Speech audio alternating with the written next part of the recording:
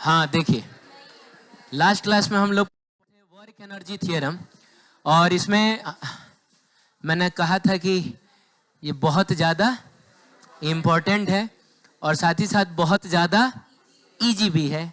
और ये बस इतना कहता है कि work done by all forces is equal to change in kinetic energy. जितनी भी फोर्सेज वर्क करेंगी उनका एक ही मकसद होता है, काइनेटिक एनर्जी को चेंज कर देना। ठीक है, फिर हमने कंजर्वेशन ऑफ मैकेनिकल एनर्जी पढ़ा था और इसमें देखा था कि if only conservative forces are क्या वर्किंग। अब बाबू एक बात बताओ, कंजर्वेटिव फोर्स में 11 क्लास में सिर्फ दो ही फोर्स पढ़ना है, कौन कौन सा?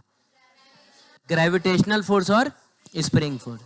तो अगर सिर्फ ग्रेविटेशनल फोर्स काम करे या फिर स्प्रिंग फोर्स काम करे तो उस केस में हमने देखा था कि loss in potential energy is equals to gain in क्या? Kinetic energy. और हमने देखा था loss in kinetic energy is equals to gain in potential energy, ऐसा देखा था हम लोगों ने। फिर हम लोगों ने ये भी देखा था कि टोटल मैकेनिकल एनर्जी में कोई बदलाव नहीं होता है। मैकेनिकल एनर्जी इनिशियल होता है, मैकेनिकल एनर्जी फाइनल के। ठीक है, और फिर हम लोगों ने ये वाला क्वेश्चन किया था, याद है? u square by 2g। ठीक है, चलिए ये तो नहीं किया था हम लोगों ने, अरे बोलिए जल्दी। चलिए बहुत बढ़िया। अब एक बात बताइए,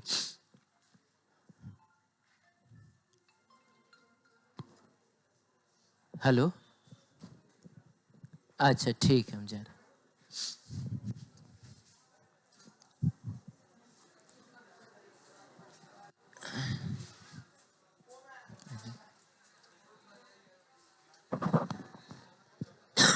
क्या तो तुम अभी आ रहा है? ठीक है, थैंक यू। हैं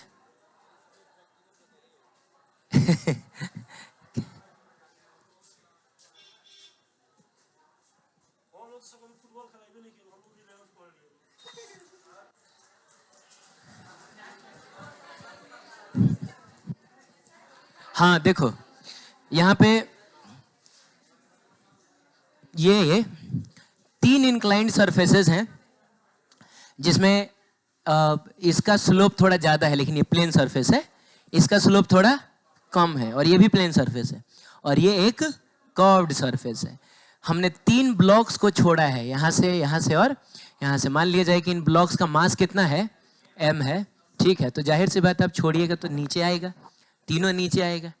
आपको बताना है कि जमीन से टकराते समय सबसे ज्यादा स्पीड किसकी होगी तीनों में से। देखते हैं कॉमन सेंस का इस्तेमाल करके आप लोग क्या बता रहे हैं। सबसे ज्यादा स्पीड किसकी होगी? पहला वाला, दूसरा वाला, तीसरा वाला, कि सबका बराबर होगा? ये भी एक ऑप्शन हो गया कि सबका बराबर होगा। हाँ, तो आपका कॉमन सेंस ये कह रहा है कि चूंकि सर इसमें स्लोप बहुत ज्यादा ना, सटाक से गिरेगा, बोलो ना। हाँ, तो शायद इसलिए आप बोल पा रहे हैं। कोई कह रहा है क्या कि अच्छा, कितने लोग कह रहे हैं कि पहले वाले में स्पीड सबसे ज्यादा होगा? हाथ उठाइए। चलिए चलिए, ठीक है, very good very good very good. इसमें बताइए कितने लोग हैं, इसमें बताइए। चलिए इसमें बताइए कितने लोग हैं कि इसमें सर स्पीड सबसे ज्यादा होगा? कोई नहीं ना। ठीक है, तो मतलब ये आंसर आप लोग आ रहा है। तो एक काम करते हैं, हम लोग देख लेते हैं हाथ कंगन को आरसी क्या है कि नहीं। पहले ये बताइए कि इस ब्लॉक पे कौन कौन सा फोर्स लग रहा है। अगर हम इसकी बात करें तो इधर की तरफ और नीचे की तरफ, बहुत बढ़िया। इधर की तरफ, नीचे की तरफ, क्या बात है क्या बात है। इधर की तरफ और नीचे की तरफ, थोड़ा सा झुका है इसीलिए नॉर्मल भी मैंने थोड़ा इधर ड्रॉ किया है ताकि मैं बता सकूं कि normal perpendicular to the surface है। अब एक बात बताइए, नीचे आने के दौरान क्या? नहीं, फ्रिक्शन नहीं, जब तक बोला ना जाए फ्रिक्शन हम लोग नहीं लेंगे। फ्रिक्शन होता तो मैं यहाँ म्यू की कुछ वैल्यू देता, ठीक है, या फिर क्वेश्चन में कहीं जिक्र जरूर होता कि फ्रिक्शन है। तो बाबू आप बताइए कि नीचे आने के दौरान इन दोनों में से कौन सा फोर्स है जो वर्क नहीं कर रहा है? ये स्पेशली हम लोगों ने देखा है। नॉर्मल फोर्स यहाँ पर वर्क नहीं कर रहा है क्योंकि नॉर्मल होगा हमेशा सरफेस के परपेंडिकुलर, और बाबू वेलोसिटी होगी हमेशा सरफेस के पैरेलल। और फोर्स और वेलोसिटी अगर हमेशा एक दूसरे के परपेंडिकुलर हो तो उस फोर्स के द्वारा किया गया वर्क डन हमेशा जीरो होता है। अच्छा, तो इस केस में तो जीरो हो गया नॉर्मल का वर्क डन। इस केस में बताओ, इस केस में, अच्छा इस केस में बताओ, एकदम एग्जैक्टली सेम क्वेश्चन हमने देखा है। तो हम जानते हैं कि हियर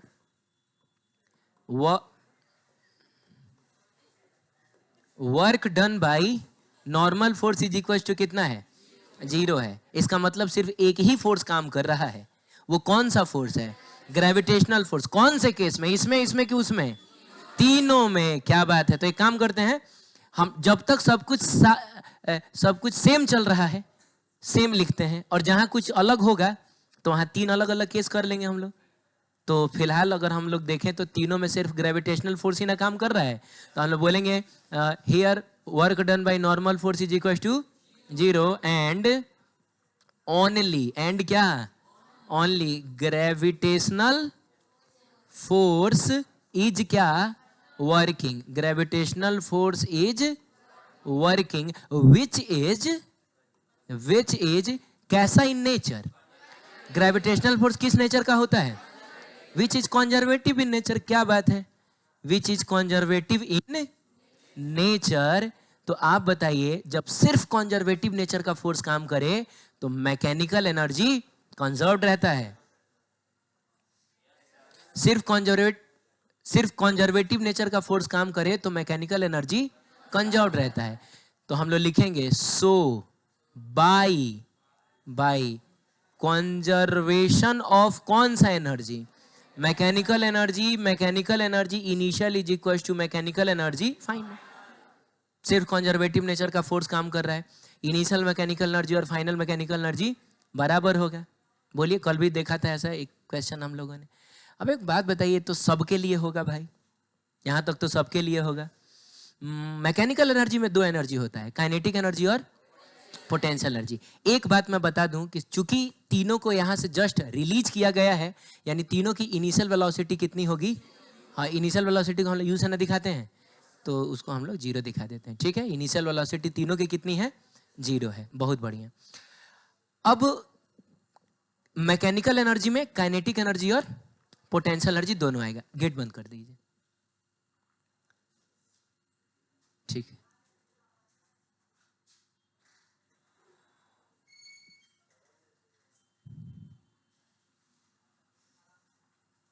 ठीक है। मैकेनिकल एनर्जी में काइनेटिक और पोटेंशियल दोनों आएगा। काइनेटिक के लेके तो टेंशन नहीं है, उसका फॉर्मूला हमको याद है, हाफ mv²। पोटेंशियल एनर्जी के लिए किसी एक जगह की पोटेंशियल एनर्जी को हमको जीरो मानना होता है। बताओ कहां की पोटेंशियल एनर्जी में जीरो मानूं, इनिशियल की फाइनल, बोलो।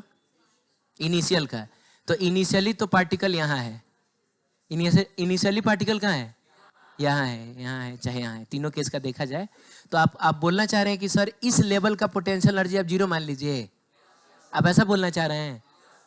आगे हम यहाँ का पोटेंशियल एनर्जी जीरो मान लें, नीचे का मान लें। अच्छा देखो क्या होगा, कोई दिक्कत नहीं होगा। अगर आप यहाँ का पोटेंशियल एनर्जी जीरो मानिएगा तो यहाँ का पोटेंशियल एनर्जी हो जाएगा, सब लोग बोलो। अरे हम एच हाइट नीचे ना बात कर रहे हैं, माइनस mgh हो जाएगा। और तुम अगर यहाँ का पोटेंशियल एनर्जी जीरो मान लेते हो तो यहाँ का हो जाएगा प्लस में mgh। तो हम लोग अच्छे लोग हैं, नेगेटिविटी से दूर रहने वाले लोग हैं। तो एक काम करते हैं, हम लोग यहाँ की पोटेंशियल एनर्जी को जीरो मान लेते हैं। कहाँ की बताइए जल्दी, यहाँ की पोटेंशियल एनर्जी को हम लोग, चलिए u बराबर क्या हो गया बताइए, जीरो, कैपिटल U। सही है। तो बताओ बाबू यहाँ की पोटेंशियल एनर्जी कितनी होगी। अच्छा ये किसके लिए होगा, ये किसके लिए होगा, पहला वाले के लिए, दूसरा वाले के लिए, तीनों के लिए, तीनों के लिए होगा। तीनों एच हाइट ही ऊपर है, यानी तीनों की पोटेंशियल एनर्जी इनिशियल सिचुएशन में mgh होगी। सही है। चलिए तो अब हम लोग लिखते हैं इनिशियल सिचुएशन में, पहले कौन सा एनर्जी लिखे, पोटेंशियल एनर्जी लिख लें। रे इनिशियल सिचुएशन में पार्टिकल यहीं पे ना है, और ये फाइनल सिचुएशन है। ये इनिशियल सिचुएशन में यहाँ है, ये फाइनल सिचुएशन है। ये इनिशियल सिचुएशन और ये फाइनल सिचुएशन है। बताओ इनिशियल सिचुएशन में इसकी पोटेंशियल एनर्जी कितनी है, पोटेंशियल एनर्जी इसकी कितनी है, बोलो। सब लोग बोल रहे हैं क्या, mgh बोल रहे हो। अरे यार इस लेवल की पोटेंशियल एनर्जी को तुमने जीरो माना है तो इस लेवल का mgh ही ना है। इसका इनिशियल पोटेंशियल एनर्जी कितना है, mgh। इसका कितना है, अरे इसका भी तो mgh ही होगा, इसका भी। अच्छा मतलब यहां तक भी तीनों का सेम आ रहा है। चलिए प्लस काइनेटिक एनर्जी लिखा जाए, क्योंकि मैकेनिकल एनर्जी में पोटेंशियल एनर्जी और काइनेटिक एनर्जी होता है। बताओ तो इसका काइनेटिक एनर्जी कितना है, स्पीड कितनी है, बोलो 0 है। और अगर स्पीड 0 है तो काइनेटिक एनर्जी कितना होगा, फॉर्मूला बताओ काइनेटिक एनर्जी का। तुम लोग चुप रहो, तुम बोलो। हाफ mv², क्योंकि वेलोसिटी ही 0 है इसीलिए काइनेटिक एनर्जी भी 0 होगा। तो इसकी काइनेटिक एनर्जी 0, इसका कितना है, इसका कितना है, इसका भी कितना है। ओ माय गॉड, यानी काइनेटिक एनर्जी भी तीनों का सेम ही है क्या, और 0 ही है क्या। मतलब अभी तक तो कुछ अंतर दिख नहीं रहा है। और कमाल की बात यह है कि बराबर भी तीनों में सेम आएगा, नहीं आएगा। अब फाइनल आते हैं, फाइनल आते हैं। फाइनल बताओ इसका पोटेंशियल एनर्जी कितना है, पोटेंशियल एनर्जी कितना है, क्यों 0, माने हैं, हम माने हैं, ठीक है। चलिए इसका पोटेंशियल एनर्जी कितना है, इसका पोटेंशियल एनर्जी क्या है। अरे भाई इसका मतलब ये भी तीनों के लिए सेम है, प्लस भी तीनों के लिए सेम होगा। अब जब काइनेटिक एनर्जी ही ना एक बचा है, तो जब इसका काइनेटिक एनर्जी लिखिएगा तो आप लिखिएगा हाफ mv1², इसका लिखिएगा तो लिखिएगा हाफ mv2², और जब आप इसका लिखिएगा तो लिखिएगा हाफ mv3। तो आपको नहीं लग रहा है कि जो v1 होगा वही v2 होगा वही, आपको ये बात समझ में आई। क्योंकि बाकी सारी चीजें अगर सेम है तो जाहिर सी बात है फाइनल वेलोसिटी भी सेम ही ना होगा। हे भगवान, तो काहे के लिए v1 v2 v3, एक काम करते हैं हम इसको v और v मानते हैं। तो इससे प्रूफ हो गया, इससे प्रूफ हो गया कि तीनों जब धरती से टकरा रहा होगा तीनों की वेलोसिटी सेम होगी। देखिए कितने प्यार से आप लोग गलत हो गए, है कि नहीं। चलिए और कितनी होगी अब ये जानना हो अगर, तो क्या करेंगे हम लोग। अरे कुछ नहीं है भाई, ये तो 0 और 0 है ना। तो काम करो ना, 2 को, अच्छा m से m को तो पहले काट लो, हाँ 2 को ऊपर लेके जाओ, 2, अरे 2 को ऊपर लेके जाओ तो 2gh हो जाएगा, और स्क्वायर को उधर ले जाके रूट बना दो तो वेलोसिटी आपको मिलेगा अंडर रूट। और बताइए ये वेलोसिटी आपको किसी की याद दिला रहा है क्या, किसकी याद दिला रहा है, किसकी। जब एक पार्टिकल को ड्रॉप किया जाता था तो वो h हाइट नीचे आने के बाद कितनी स्पीड गेन कर लेता था, अंडर रूट 2gh, याद है। और यहां पर भी देखा जाए तो सिर्फ मतलब भले थोड़ा सा सिचुएशन अलग अलग दिख रहा है, लेकिन आना तो सबको h हाइट ही ना नीचे है, इसीलिए आंसर सेम आया है। क्योंकि जब आप इसको यहां से छोड़ रहे थे उस समय भी सिर्फ ग्रेविटेशनल फोर्स ही काम कर रहा था, और इस समय भी सिर्फ ग्रेविटेशनल फोर्स ही काम, नॉर्मल नाम का लगा है, काम नहीं कर रहा है। अरे बोलिए ना, हाँ इसीलिए आंसर एग्जैक्टली सेम आया है, अंडर रूट 2gh। ठीक है, देख लीजिए, आप बोलिएगा दोबारा समझा दूंगा मैं। आप लोग कॉपी लेके आए हैं ना, और कल तक जितना पढ़ा उतना है ना उस कॉपी में। सवेरे वालों को मैंने पीटा है, वो पता करिएगा।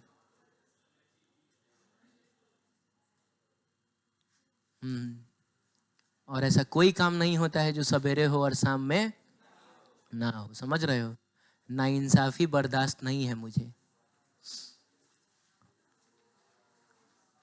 बस इंतजार है कि तुम हमको इरिटेट करो,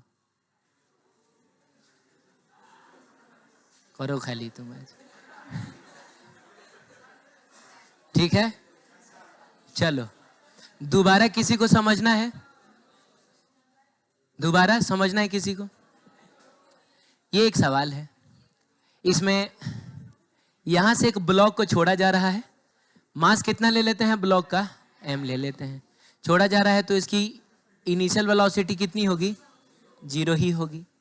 क्या होगा, नीचे आएगा, नीचे आएगा, इसकी स्पीड बढ़ेगी, स्पीड बढ़ते बढ़ते जब वो जमीन से टकराएगा, अच्छी खासी स्पीड हो चुकी होगी, फिर वो आगे बढ़ के इस स्प्रिंग से टकराएगा, अब इसकी स्पीड, क्या बात करते हो, यहां से यहां तक स्पीड बढ़ रहा था, और जब स्प्रिंग से टकराएगा तो स्पीड और बढ़ेगा, स्पीड कम ना होगा, क्योंकि स्पीड स्प्रिंग से अगर ये टकराएगा तो स्प्रिंग दबेगा, और स्प्रिंग अगर दबेगा तो वो ब्लॉक पर इधर फोर्स लगाएगा।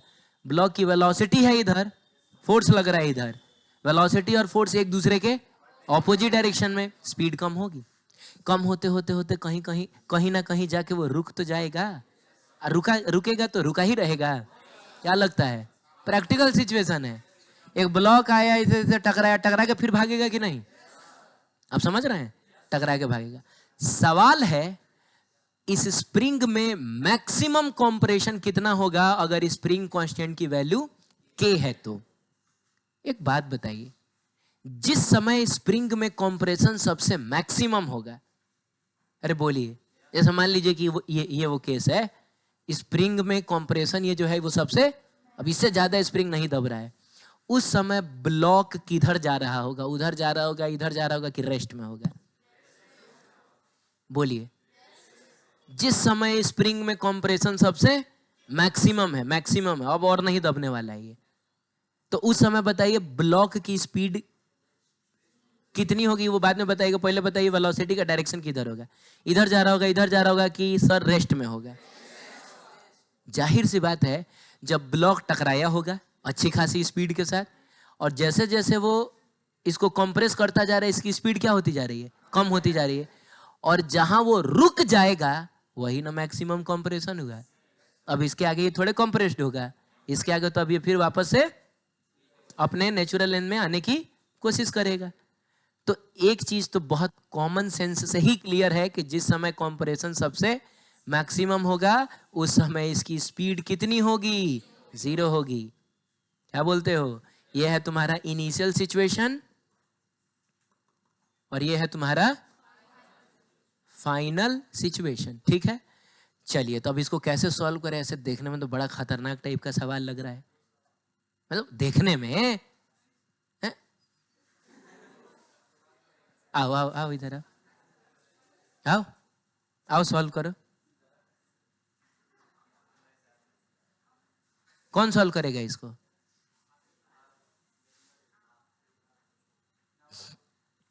कौन सॉल्व करेगा? कोई है जो इसको सॉल्व करेगा? कौन है? आएगा, दांत चियार के चल जाएगा, और उसके बाद उतना क्लिप काट के अब भेजेगा उधर कि देखो आज हम टीवी पर आए थे।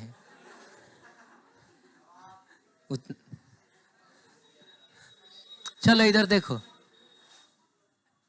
ये इनिशियल सिचुएशन और वो फाइनल सिचुएशन। एक बात बताइए, इस पूरी यात्रा के दौरान, मतलब यहां से ये दबने के दौरान, इस पर कितनी फोर्सेस ने एक्ट किया है? कितनी फोर्सेस लगी हैं इस ब्लॉक पे? 2, 3? कितने लोग 2 कह रहे हैं? फ्रिक्शन नहीं है, फ्रिक्शन है, सिर्फ 2 फोर्स लगा है पूरी यात्रा में इस ब्लॉक पे। कितने लोग 3 कह रहे हैं? 3 में कुछ लोग हैं, तो तुम बताओ, तुम 3 फोर्स कौन कौन सा है? नॉर्मल, ग्रेविटेशनल, मतलब स्प्रिंग फोर्स। अरे स्प्रिंग फोर्स को भूल गए क्या भाई?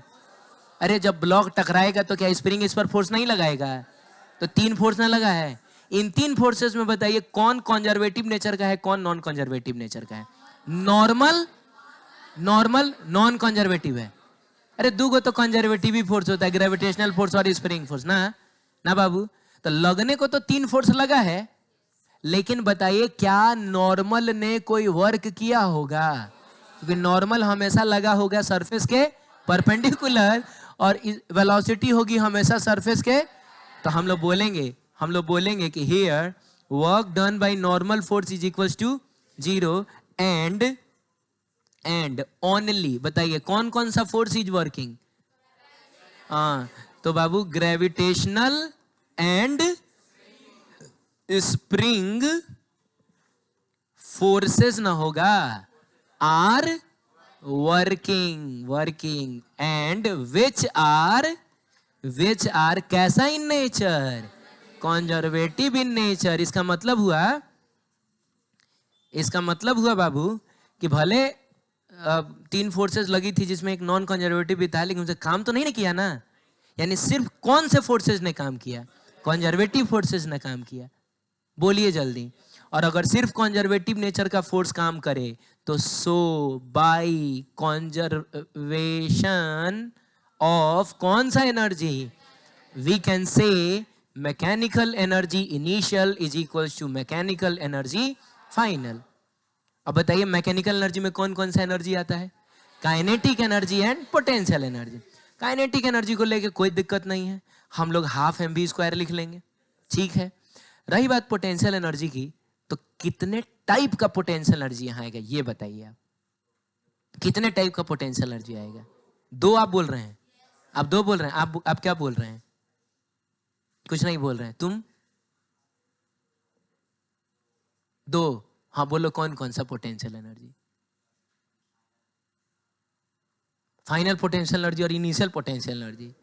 क्या बात करते हैं, तुम बताओ।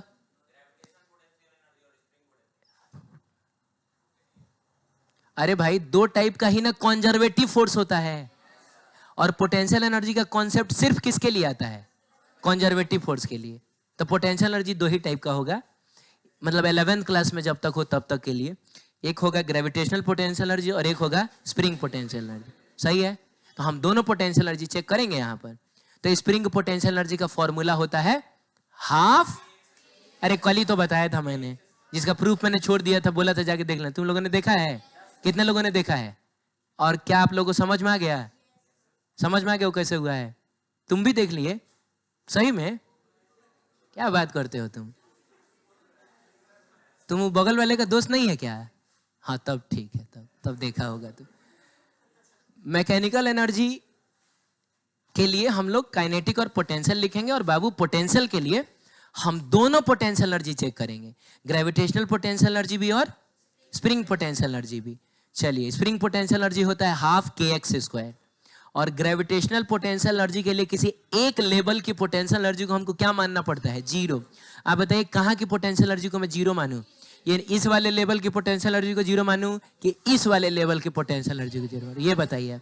नीचे वाले की जीरो मान लेता हूं, तो अब ऊपर वाले का mgh लिख दूंगा मैं। अगर ऊपर वाले का मैं जीरो मान लूं तो नीचे वाले का माइनस है, माइनस उतना पसंद नहीं है हमको, ठीक है। तो एक काम करते हैं हम लोग, इस लेवल की पोटेंशियल एनर्जी को क्या मान लेते हैं? जीरो। तो बाबू इस लेवल का पोटेंशियल एनर्जी अपने आप कितना हो जाएगा? ये हो जाएगा आपका mgh, सही है। इस लेवल का पोटेंशियल एनर्जी कितना हो जाएगा? बोलिए, mgh हो जाएगा। अब आइए देखते हैं, सबसे पहले काइनेटिक एनर्जी बता। इनिशियल सिचुएशन यही ना है? अरे बोलिए ना, वो तो फाइनल सिचुएशन है। हाँ, इनिशियल सिचुएशन में काइनेटिक एनर्जी कितनी है इसकी? अभी जब हमने इसको छोड़ा है, रिलीज किया है, काइनेटिक एनर्जी कितनी? क्या बात है, जीरो। बहुत बढ़िया। अब बताइए पोटेंशियल एनर्जी में तो ग्रेविटेशनल और स्प्रिंग दोनों आएगा। ग्रेविटेशनल पोटेंशियल एनर्जी कितनी है? mgh, क्योंकि हम ही ने माना था यहाँ का जीरो, तो यहाँ का अपने आप हो जाएगा mgh। तो ये mgh प्लस, बताइए स्प्रिंग पोटेंशियल एनर्जी में स्प्रिंग इलोंगेटेड है कि कॉम्प्रेस्ड है? कॉम्प्रेस्ड है। ये अपने नेचुरल लेंथ पर है, नेचुरल लेंथ पर स्प्रिंग होता है तो हम उसकी पोटेंशियल एनर्जी जीरो मानते हैं। तो यानी स्प्रिंग पोटेंशियल एनर्जी कितना हो जाएगा? जीरो हो जाएगा। अरे ये काइनेटिक एनर्जी लिखा है, ये ग्रेविटेशनल पोटेंशियल एनर्जी लिखा है, और ये क्या है? क्योंकि ना अभी स्प्रिंग दबा है ना स्प्रिंग खिंचाया हुआ है, सही है। अब हम बराबर पर, अच्छा मान लो ना कि स्प्रिंग अभी कितना दबा है, कितना दबा है? मान लो x दबा है, और यही मैक्सिमम कंप्रेशन है। अरे यही क्या है? मैक्सिमम कंप्रेशन है। चलिए फाइनली बताइए काइनेटिक एनर्जी कितनी? काइनेटिक एनर्जी कितनी? काइनेटिक एनर्जी कितना है? सब लोग नहीं बोला। हाँ, तो फाइनल काइनेटिक एनर्जी भी कितना है? जीरो है। अच्छा है, अब बताओ ग्रेविटेशनल पोटेंशियल एनर्जी कितना है? बाबू रे, इस लेवल का हमने पहले ही कितना मान लिया है? जीरो मान लिया। तो ग्रेविटेशनल पोटेंशियल एनर्जी भी जीरो, और स्प्रिंग पोटेंशियल एनर्जी कितना है? तो अब की बार x दबाना है ये, तो हो जाएगा हाफ kx²। तो बस कुछ नहीं, बस इधर mgh है और इधर हाफ kx² है, और हमको किसकी वैल्यू निकालनी थी? x की वैल्यू। तो 2 को ऊपर लेके चले जाइए, k को नीचे लेके चले जाइए, स्क्वायर को उधर ले जाके रूट बना दीजिए। तो बताइए x इज इक्वल टू आपको कितना मिलेगा? 2mgh डिवाइडेड बाई k, और स्क्वायर इधर जाके बन चुका है रूट। ऐसा हो गया। देख रहे हो, एक छोटा सा कॉन्सेप्ट कितने बड़े बड़े क्वेश्चंस को एक लाइन में सॉल्व करेगी। एक ही लाइन में ना सॉल्व हुआ है। अब ये हम नॉर्मल काइनेमेटिक्स अगर सॉल्व करने लगते हैं ना, बड़ा मुश्किल हो जाता है। समझ रहे हो? ठीक है।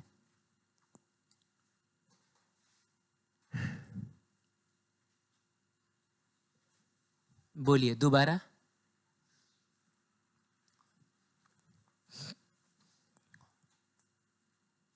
बोलो बाबू, एक बार फिर से। आपको समझ में आया है? ठीक है, आप डेली डेली लेकिन जरूर करते रहिएगा। ये देखिए क्या हो रहा है। ये h हाइट से एक आदमी है, वो एक बॉल फेंक रहा है। एक नहीं 5 बॉल फेंक रहा है। बोलो बाबू। वो वहां से खड़े होके h हाइट पे और 5 बॉल को फेंक रहा है। अच्छा, तुम उसको बताई थी?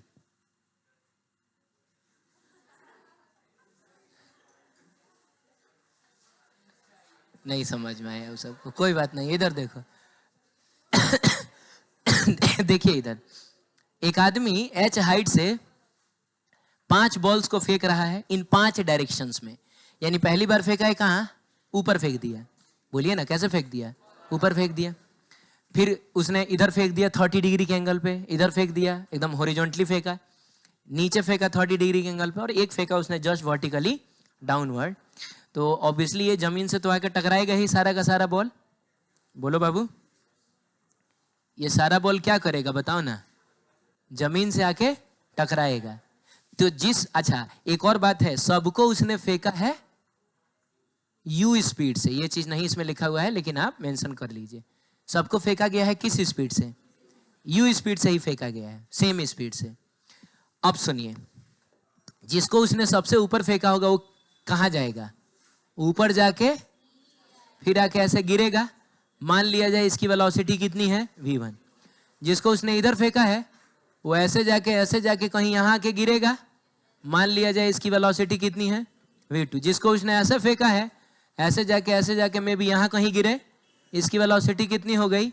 v3। जिसको उसने ऐसे फेंका है वो ऐसे जाके गिरेगा। अरे आप समझ रहे हैं? नहीं, एकदम वर्टिकल तो नहीं होगा, थोड़ा तिरछा होगा। और ये कितना हो गया? v4। और जिसको उसने जस्ट नीचे फेंक दिया है वो तो सीधा जाएगा। और मान लीजिए इसकी वेलोसिटी कितनी हो गई? v5। आपको बताना है कौन से केस में ये जमीन से सबसे ज्यादा स्पीड से टकराएगा। कौन से वाले केस में?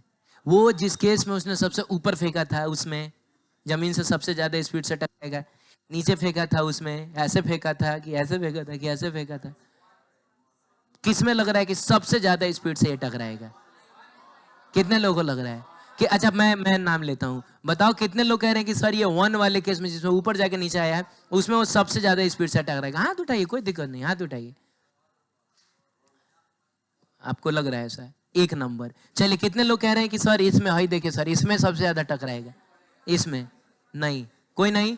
3 नंबर में? 3 नंबर में कोई नहीं। 4 नंबर बोलिए, 4 नंबर, 4 नंबर। नहीं नहीं नहीं। 5 नंबर बताइए, 5 नंबर। 5 नंबर में भी 2-4 लोग हैं, ठीक है। 1 नंबर और 5 नंबर है कि नहीं? तुम क्या 5 नंबर में? चलो ठीक है। अच्छा अब बाकी लोग क्या कह रहे हैं? मतलब अच्छा बाकी लोग कह रहे हैं कि सर बराबरे होगा कि सर पिछले वाले में भी सर बराबरे आया था, इसमें भी हम लोग ट्राई किए थे लेकिन बराबर थे, इसमें भी बराबर ही होगा। अच्छा पता नहीं क्या होगा, देखते हैं। तो सबसे पहले तो ये बताओ, सबसे पहले बाबू ये बताओ, बॉल को जब फेंक दिया गया तो इस बॉल पे कौन सा फोर्स लगेगा? बस ग्रेविटेशनल फोर्स। हवा को नेग्लेक्ट करते हैं, बस क्या लगेगा? Gravitational force, which is conservative in nature. तो हम लोग लिखेंगे here only gravitational force is working, gravitational force is working which is conservative इन क्या? नेचर। बहुत बढ़िया। और अगर सिर्फ कंजर्वेटिव नेचर का फोर्स काम करे तो तो by conservation of mechanical energy initial is equals to mechanical energy final. Very good. Mechanical energy initial is equals to mechanical energy final. सही है. और मैकेनिकल एनर्जी में कितनी एनर्जी आती हैं? दो, kinetic energy and potential energy. तो बताइए, अगर आपको काइनेटिक एनर्जी निकालना है, लिखना है, तो उसके लिए तो हाफ एम वी स्क्वायर. लेकिन पोटेंशियल एनर्जी, यहाँ ग्रेविटेशनल पोटेंशियल एनर्जी ही ना होगा, स्प्रिंग तो है नहीं कहीं कोई. क्या बोलते हो? तो बताओ, kinetic energy sorry potential energy के लिए किसी एक जगह एक लेवल का, लेवल कहा जाता है उसको, जगह नहीं, एक लेवल का पोटेंशियल एनर्जी हमको जीरो मानना होगा ना. हाँ बताइए, मैं कहाँ की पोटेंशियल एनर्जी जीरो मानूं? ये ग्राउंड लेवल की पोटेंशियल एनर्जी, इसकी पोटेंशियल एनर्जी में जीरो मान लूं कि यहाँ की पोटेंशियल एनर्जी में जीरो मान लूं? बताइए कहाँ का मान लूं? आप जहाँ का बोलिए, मैं मान लेता हूँ. ठीक है,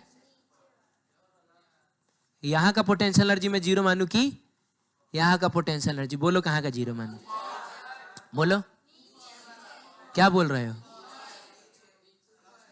तुम जो बोलेगा वही होगा, नीचे वाले का. ठीक है, इन्होंने कहा कि सर यहाँ का पोटेंशियल एनर्जी आप जीरो मान लीजिए. तो बताइए, यहाँ की पोटेंशियल एनर्जी कितनी हो जाएगी? Hi2 पर mgh हो जाएगी, mgh हो जाएगा. सही है. और अब चलिए इनिशियल काइनेटिक एनर्जी लिखा जाए. पहले सबको फेंका गया है u स्पीड से, यानी सबकी काइनेटिक एनर्जी होगी हाफ एम यू स्क्वायर. नहीं ना समझे आप? क्या काइनेटिक एनर्जी इस बात पर डिपेंड करता है कि किस एंगल पर फेंके हैं? उसको उससे क्या लेना देना है? उसको तो हाफ एम और स्पीड का स्क्वायर चाहिए. सबकी काइनेटिक एनर्जी सेम है कि नहीं? चलिए, अब सबका पोटेंशियल एनर्जी लिखा जाए. मैं पांचों बॉल का एक साथ देख रहा हूं बाबू. हाँ, प्लस लिखिए. बताइए, सारे बॉल को यही से फेंका गया है, यानी सारे बॉल के लिए, सारे बॉल्स के लिए इनिशियल पोटेंशियल एनर्जी कितना होगा? mgh होगा, mgh होगा. बराबर. अगर हम फाइनल सिचुएशन की बात करें, तो फाइनल सिचुएशन में सारे बॉल्स की पोटेंशियल एनर्जी कितनी है? क्योंकि हम ही ने इस लेवल का पोटेंशियल एनर्जी मान लिया है जीरो, और काइनेटिक एनर्जी करेंगे तो हाफ एम. अब पहले वाले के लिखेंगे v1 स्क्वायर, दूसरे वाले के लिखेंगे v2 स्क्वायर, तीसरे वाले के लिखेंगे v3 स्क्वायर. आपको नहीं लग रहा है कि v1 भी वही आएगा जो v2 आएगा? बोलो ना. अरे यहाँ जो भी है, यहाँ कुछ भी लिखेंगे तो कैलकुलेशन के बाद आंसर हमको एक ही ना मिलेगा. आप यहाँ x लिखे तो x की वैल्यू भी वही मिलेगी, y लिखेगा y की वैल्यू भी, क्योंकि बाकी सारी चीजें तो सेम है ना. तो ये भी सेम होगा. रे तो काहे का v1 काहे का v2, समझ रहे हो? काहे का v3 काहे का, सबको करो तुम क्या v, और तुम लिख दो हाफ एम v का स्क्वायर. अब इसमें से देखो बाबू, m और m कॉमन होके इस m को कैंसिल कर देगा, और 2 को इधर भेज दिया जाए तो इस साइड में तो सिर्फ मिलेगा आपको v स्क्वायर बराबर ना. और 2 को जब इधर भेजोगे तो इससे मल्टीप्लाई होके काट के mu ना, m भी कट चुका है. अरे m कॉमन होके उसको काट चुका है.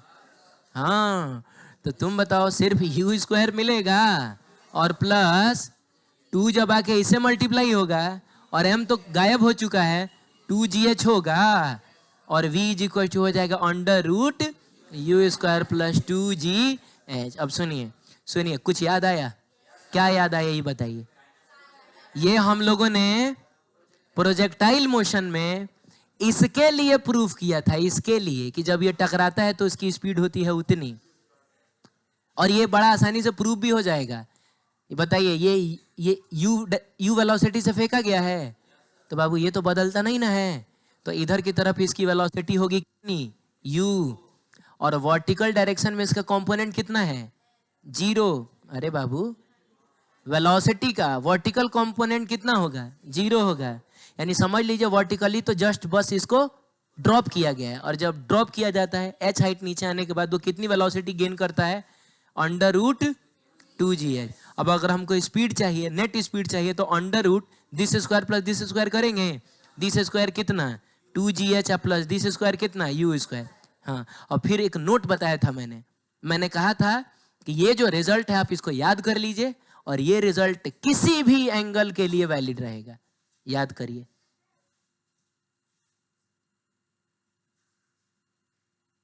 आ रहा हूं मैं आ रहा हूं। ये रिजल्ट किसी भी एंगल के लिए वैलिड रहेगा, याद है। और मैंने कहा था कि इसको जब हम लोग वर्क पावर एंड एनर्जी पढ़ेंगे तो बस इसको हम एक लाइन नहीं 2 लाइन क्यों बोलोगे यार, ये सब लाइन है क्या, ये सब लाइन है, ये सब लिखा जाता है। एकदम डायरेक्ट लिखेंगे ना, initial mechanical energy is equal to final mechanical, तो इसको तुम लाइन काउंट कर रहे हो क्या? तुम डायरेक्ट इसके बाद ये नहीं लिख पाते? अरे यही ना किए हैं, स्क्वायर को ले जाकर उधर रूट बना दिए हैं, उसको लाइन जोड़ लोगे, ये एक लाइन में प्रूफ हुआ है। आप समझ रहे हैं? इसी को काइनेमेटिक्स के मेथड से अगर आप करिएगा ना तो इसके लिए चाहे इसके लिए काफी टफ हो जाएगा। अरे बोलिए, काफी टफ हो जाएगा। और देखिए वर्क एनर्जी थ्योरम इसको बस एक लाइन में सॉल्व करके बता दे रहा है कि वो एंगल तो 30 डिग्री हो, चाहे 75 डिग्री हो, चाहे 0 डिग्री हो, चाहे 90 डिग्री हो। बोलो ना। चलो ठीक है, बताओ दोबारा समझना हो तो। I will be happy to explain it again. बोलिए, क्या तुम मुझको खुश नहीं देखना चाहते हो? तो क्या दोबारा एक्सप्लेन करूं? हैं? नहीं, ऐसा नहीं है। मतलब आप चाहते हैं कि दोबारा इसको समझा जाए?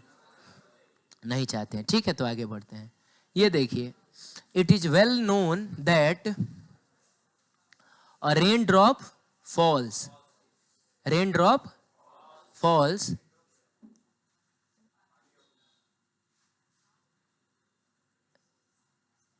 तुम लोग लड़ाई कर रहा है हैं?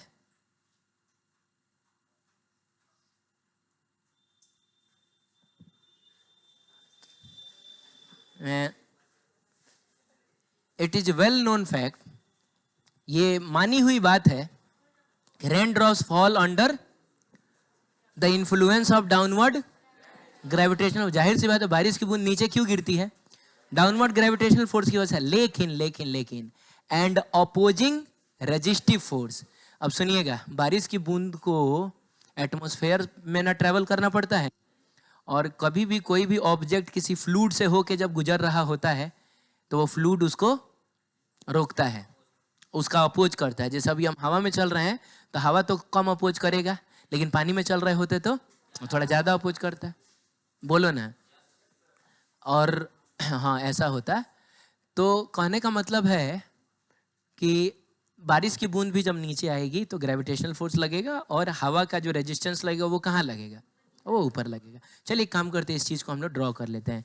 ये है बारिश की बूंद, और ये नीचे गिरेगी तो इस पर लगेगा ग्रेविटेशनल फोर्स, और ऊपर लगेगा बाबू, अरे तेरे तो नॉर्मल फोर्स। तू लोग कहां से आता है रे?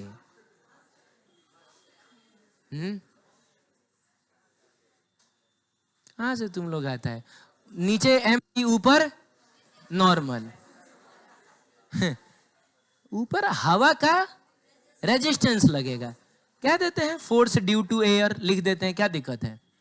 फिर आगे कहता है the latter is known to be proportional to speed. ये लेटर का मतलब हुआ बाद वाला, तो बाद में किसका जिक्र है? अपोजिंग रेजिस्टिव फोर्स का ही ना जिक्र है।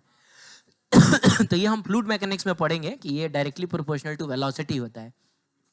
माने वेलोसिटी जितना ज्यादा होगा ना, हवा का रेजिस्टेंस भी उतना ही ज्यादा होगा। बोलिए ना। चलिए, और ये चीज आप महसूस कर सकते हैं, प्रैक्टिकल करके घर में देख सकते हैं।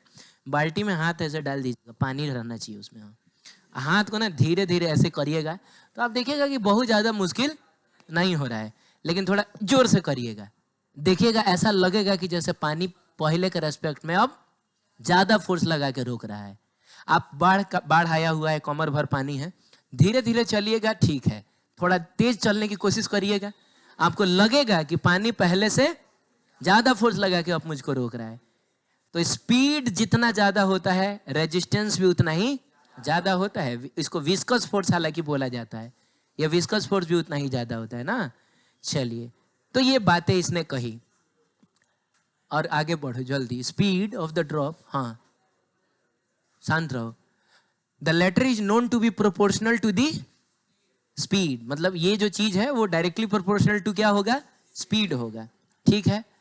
बट इज अदरवाइज अनडिटरमाइंड, लेकिन ये डिटरमाइन हम नहीं कर पा रहे हैं। हम ये जानते हैं कि स्पीड के बढ़ने से ये फोर्स बढ़ेगा, लेकिन हम डिटरमाइन नहीं कर पा रहे हैं, ये बोला है उसने।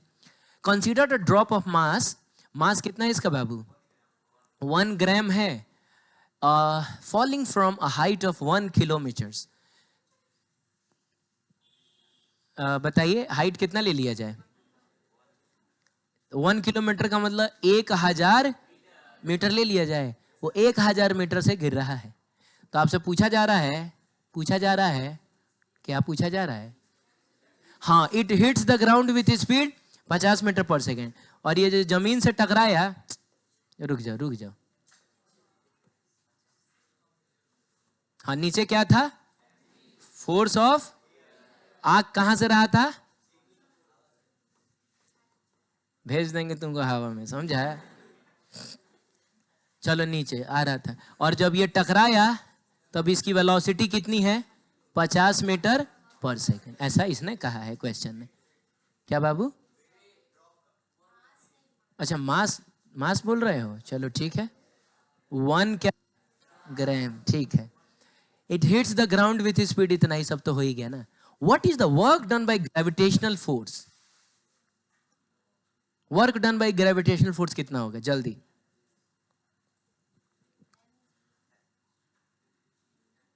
ग्रेविटेशनल फोर्स का वर्क डन कितना होगा, बोलो, नहीं पढ़ रहे हैं आप लोग,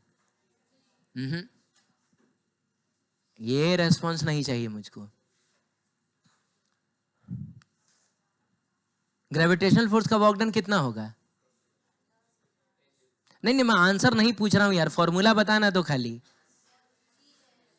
mgh होगा क्या, कैसे mgh होगा, अरे तो फोर्स कहां लग रहा है, नीचे, और ये कांस्टेंट फोर्स है, कांस्टेंट फोर्स है तो दिमाग लगाने की जरूरत नहीं, हम एक बार में टोटल डिस्प्लेसमेंट ले सकते हैं। ये ना वेरिएबल है, तो इसमें हम एक बार में टोटल डिस्प्लेसमेंट नहीं लेंगे, हाँ, लेकिन ये कांस्टेंट फोर्स है तो फोर्स लिखेंगे हम लोग, work done by gravitational force है तो हम लोग क्या लिखेंगे, फोर्स लिखेंगे।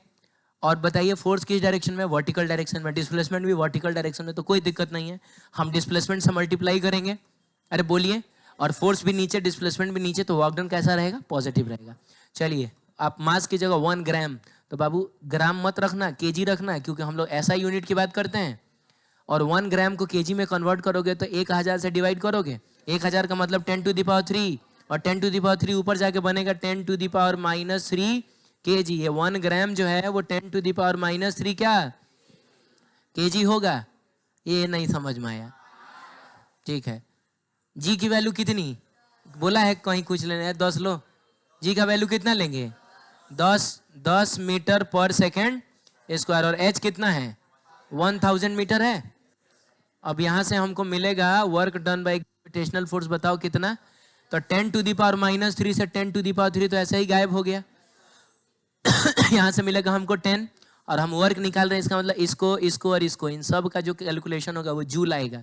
आंसर कितना आ गया बताइए, 10 जूल आ गया। नहीं ना समझ में आया आपको, अरे mgh तो किया रे मैंने, कितना आया, 10 जूल आया। अब बोल रहा है what is the work done by the unknown resistive force, इसका वर्क डन कितना होगा, इसका वर्क डन कितना होगा, और ये फोर्स हमको पता ही नहीं है, अब कैसे निकलेगा, पता है, अब काम आएगा वर्क एनर्जी थियरम, जो कहता है कि work done by all forces is equals to change in kinetic energy. तो वर्क डन बाय ऑल में 2 फोर्स है, work done by gravitational force और work done by force due to air, नहीं ना समझे। आज चेंज इन काइनेटिक एनर्जी का क्या मतलब हुआ, final kinetic energy minus initial kinetic, तो जब तुम फाइनल काइनेटिक एनर्जी लिखोगे तो क्या लिखोगे, ½ mv² minus initial kinetic energy कितनी होगी, अरे इसकी स्पीड कितनी है? 0 ना है, तो ये हो जाएगा, कहीं कोई बैठा है क्या? कहां पे गया? 0, ठीक है, ऐसा है बाबू। तो work done by gravitational force तो हम निकाल चुके हैं ना, 10 जूल। तो हम इसकी जगह पे रख लेते हैं, कितना बताइए? 10 joule plus work done by force due to क्या? एयर इज इक्वल टू, अब हाफ हाफ है, m की जगह पर तो 10 टू दी पावर माइनस 3 रखेंगे। चलिए लिख ही लीजिए, हाफ हाफ m की जगह 10 टू दी पावर माइनस 3। अब v स्क्वायर की जगह पे 50 का स्क्वायर ना होगा? नहीं समझ में आया? 50 का स्क्वायर करेंगे तो ये हो जाएगा तुम्हारा 50 का स्क्वायर, और आंसर किस में रहेगा? जूल में रहेगा। तो यहां से 50 का स्क्वायर तो 2500 हो जाएगा। अब 2500 into 10 to the power minus 3 और डिवाइडेड बाई कितना? 2, इतना जूल। अच्छा, इसको भी हम उधर लेके अगर चले जाएं तो -10 जूल होगा, और ये हो जाएगा वर्क डन बाई, ये तो फेयर हो गया फोर्स ड्यू टू एयर है ये, not it is fair, this is force due to air. हाँ, अभी क्या है कि इसको जब हम लोग सॉल्व करेंगे तो पहले तो ये 10 to the power minus 3 decimal को पहुंचा देगा यहाँ, और 2.5 को आधा करोगे 1.75 मिलेगा। क्या मैंने सही बोला? चलिए सही बोला। तो ये हो गया 1.75 जूल, -10 जूल, और ये हो जाएगा 8.25, 8.25, लेकिन किस में? माइनस में। इतना जूल वर्क किया है इस फोर्स ड्यू टू एयर ने, जिसके बारे में हमको कुछ पता ही नहीं था। अब एक बात बताइए, वर्क डन माइनस में क्यों आया है? वर्क डन माइनस में क्यों आया है? क्योंकि रेजिस्टिव फोर्स कहां लगा है? ऊपर लगा है, और इसका डिस्प्लेसमेंट कहां हुआ है? तो माइनस तो होना ही था, माइनस तो आना ही था। देखा आपने, एक ऐसा फोर्स जिसके बारे में कुछ नहीं पता था, हमने उसका भी वर्क बता दिया। ठीक है, सही है। मिलते हैं कल। कल नहीं मिलेंगे, हम मिलेंगे परसों।